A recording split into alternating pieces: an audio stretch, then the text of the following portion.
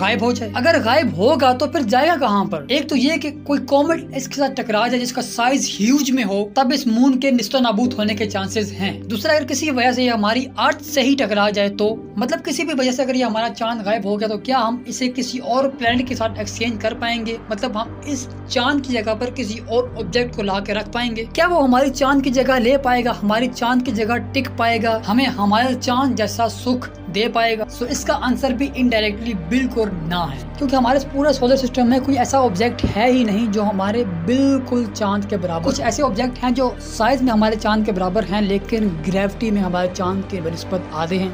कुछ ग्रेविटी में ज्यादा हैं लेकिन साइज में कम या बड़े हैं। सो मैं इनडायरेक्टली ये कहने की कोशिश कर रहा हूँ कि हम किसी भी जरिए फिलहाल किसी भी तरीके से अपने चांद को किसी चीज से रिप्लेस नहीं कर सकते और ना ही इसके चले जाने के बाद हम जिंदा रह सकते। हमारे खुदा ताला ने हमारे इस पूरे यूनिवर्स में जितने भी ऑब्जेक्ट बनाए हैं उन सभी की